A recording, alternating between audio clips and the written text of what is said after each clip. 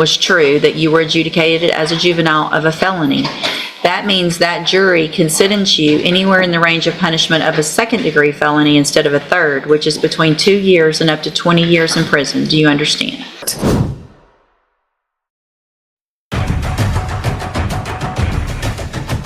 What you're about to hear is not just a judge being strict. It's a courtroom moment where consequences become very real, very fast. This case involves a teenager facing serious felony charges. But what makes this hearing different is how much of it is nothing to do with what happened on the street, and everything to do with what happened after. Behavior in jail, attitude toward authority, and decisions that quietly add years to a sentence before a trial even begins. The judge here is not yelling for drama. She's explaining reality, the kind most defendants don't fully understand. Until it's too late, representation is changing. Bond is on the line. Offers that once existed are disappearing, and the court is clearly done with excuses. As you listen, pay attention to how often the judge talks about choices, not just legal choices, but personal ones, because in felony court, especially for young defendants, behavior doesn't get ignored, it gets documented, and those documents follow you straight into negotiations, trials, and sentencing. The question now isn't just what this defendant is charged with, it's whether he understands what's already slipping away. Number 25, DCCR 0114. You're charged with engaging in organized criminal activity. Ms. Perazo has filed a motion to withdraw as your attorney. And so do you have any opposition to me allowing her to withdraw? Answer out loud. Okay. So, Ms. Perazo, I will grant your motion. Mr. Jackson, do you have the funds to hire an attorney? Just working on it. You're working on it? So here's what I'm going to do in the meantime because you're in custody. I'm going to go ahead and appoint an attorney. That way you have no lull in representation. Somebody will begin working on your case. If you get someone hired, then they can file the appropriate motions to step in, okay? But you will be appointed an attorney today. Now, before I send you back to the jail, I want to talk to you about this stack of incident reports that I have of how you're behaving in our jail. And I know that one of the things that you wanted Ms. Perazo to do and that she had filed on your behalf that we're not going to take up today is for me to reduce your bond. This is an important legal moment that often gets overlooked. The judge allows defense counsel to withdraw, but immediately appoints a new attorney. That's not generosity. That's protection of the defendant's constitutional rights. When someone is in custody, the court cannot allow a gap in legal representation. So even if the defendant plans to hire private counsel later, the court ensures the case keeps moving. But then the tone shifts. The judge addresses the defendant's jail conduct, and this is where things get serious. Jail incident reports don't just stay in the jail. They go to the court. They go to the prosecutor. They go to defense counsel. And here, the judge is making it clear. Continued misbehavior will not lower bond. It will raise it. That's a reality many young defendants don't understand. Bond is not just about the charge. It's about whether the court believes you can follow rules. And right now, this judge is signaling that belief is wearing thin. Assure you, nothing's going to happen other than your bond being increased if you continue to act like the little hooligan that you're acting like in our jail. I can't even tell you how angry this makes me. How old are you? Just turned 19. Just turned 19. Well, let me tell you something. It is time to grow up.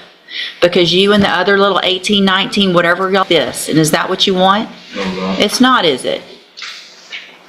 Cussing at the correctional officers. Laying in bed because you don't want to get up. Staying up late because you don't. You know when you get to sleep late? When you're at home because you're not in jail for violating the law. That's when you get to sleep late. That's when you get to make your own decisions. You don't get to make those decisions right now. And I get a report every single time you're acting up. And you're going to keep coming in front of me with another lawyer, and it's the same thing. The DA knows about these, and if you think that's going to make them want to be nice and offer you some great deal on your case, it's not. All it's going to make everybody want to do is something worse to you. So starting today, If you think you want something good to come out of your case and you want some possible good treatment and to get out and to be able to live a life like the rest of us, start proving it starting today in jail. Otherwise, it's not going to happen. Do you understand? All right, go back with the bailiff. Thank you, Your Honor. Thank you. Mr. Kimler, you have Corey Carter. Judge, we discussed what I thought was going to be a solid agreement, and after reviewing jail disciplinary, I just didn't think the court would approve it. This is not just a lecture. It's a warning delivered at the exact moment it can still matter. The judge isn't talking in legal theory here. She's talking about trajectory, patterns, futures that get decided quietly while people think. Nothing is happening. Notice how she ties jail behavior directly to plea negotiations. Prosecutors don't make offers in a vacuum. They watch how defendants act when no one's watching, and those reports shape everything. When the judge says, the DA knows about these, that's not speculation. That's fact. So ask yourself this: if you were a prosecutor, would you offer leniency to someone actively showing they can't follow basic rules? Or would you pull the deal? That's exactly what's happening here. And the defendant may not feel it yet, but he's already paying for it in yours, not words. My offer was being refused. Just to be clear, Your Honor, I had gotten Mr. Nichols to extend an offer of 4 years, which Mr. Carter was prepared to accept, and that's when I set it on the docket and made a plea. I was contacted by... This is where the legal danger becomes very real. The charge itself is serious, deadly conduct involving a firearm, but what changes everything is the juvenile felony history. Under the law, that prior adjudication can enhance the punishment, range from a third-degree felony to a second-degree felony. That's not a small jump. A third-degree felony carries significantly less exposure. A second-degree felony opens the door to 2 to 20 years in prison. And the judge explains it plainly. If a jury hears about that prior adjudication and finds it true, they can sentence within that higher range. This is why plea decisions matter. This is why jail behavior matters. This is why judges talk about adult court differently. At this point, the defendant isn't being threatened. He's being informed, and whether he listens could determine the rest of his early adulthood. Jail write-ups, which I've been provided with, and that the offer was now 6 years and with a 7-year cap, and Mr. Carter previously refused 5 years, so I did another refusal. So, Mr. Carter, how old are you? 17. 17 years old. And do you realize now what you acting up in jail has already cost you? Do you really? Tell me what it's cost you. Well, some of your life. But you had already talked about a deal in your case that sounds like you were going to accept. Is that right? And because you can't behave and follow the rules in jail, and I get those reports, and the district attorney's office gets those reports, and your attorney gets those reports, they decided you don't deserve that, and I don't disagree with them. So here's what happens now. If your case goes to trial, and I'm going to go through some things in a few minutes about that, and you get found guilty in that trial, that jury can also hear all of those reports, every last one of them.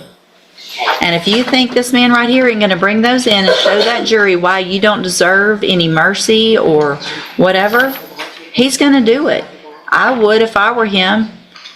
So if you're going to be in front of a jury, or you're going to be in front of the judge, or someone who's deciding what happens to your life, you might ought to change what you're doing in that jail. I just had a talk with another young one. I don't know what's going on in that dorm with all of you young ones, but what y'all all need to do is look at each other and say, I don't want to go to prison for a long time. If you do, you go act up over there.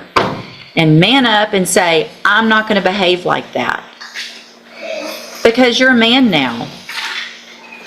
And you're in felony court. You don't feel like a man. Your brain's probably not functioning like a man. But you are in felony court like every other grown-up man.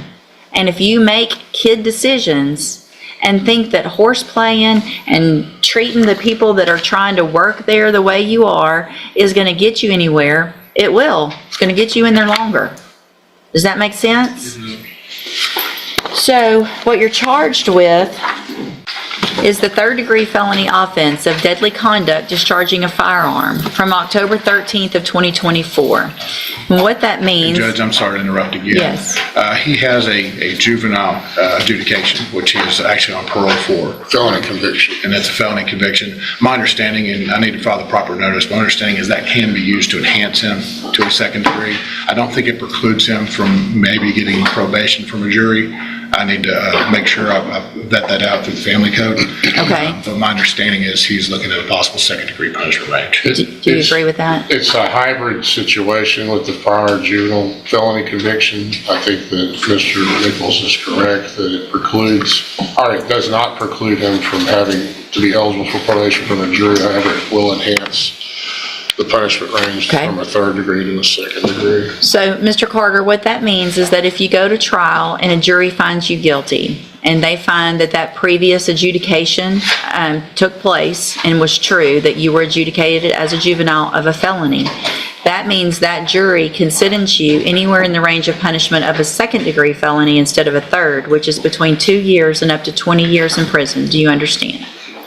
And I have a plea bargain rejection that you've signed with Mr. Kimler that shows that the district attorney's made an offer, if you wanted to enter a plea of guilty, for a 6-year term in prison or for a 7-year cap to me. You have every right to reject that offer and have your case set for trial. We've talked about all that. Do you want to reject that offer and have a jury decide? Okay, then we'll get your case set on the trial docket as quickly as we can. Again, don't get over there and forget what I told you today. It's very important. Do you understand? By the end of this hearing, the message from the court is unmistakable. This case is moving forward. The plea offer has changed, the punishment range has expanded, and the responsibility now rests squarely on the defendant's choices, both inside and outside the courtroom. This wasn't about anger. It was about accountability. The judge laid out exactly how behavior, history, and decisions intersect in felony court, especially for young defendants who still think time is on their side. Here, time is the risk. Now we want to hear from you. Was the judge being fair? Or was this the hard truth the defendant needed to hear? Would you have made the same decision about rejecting the plea? If you found this case as intense and eye-opening as we did, make sure to hit that like button, share your thoughts in the comments, and don't forget to subscribe to AFJ Courtroom for more real, unfiltered courtroom breakdowns.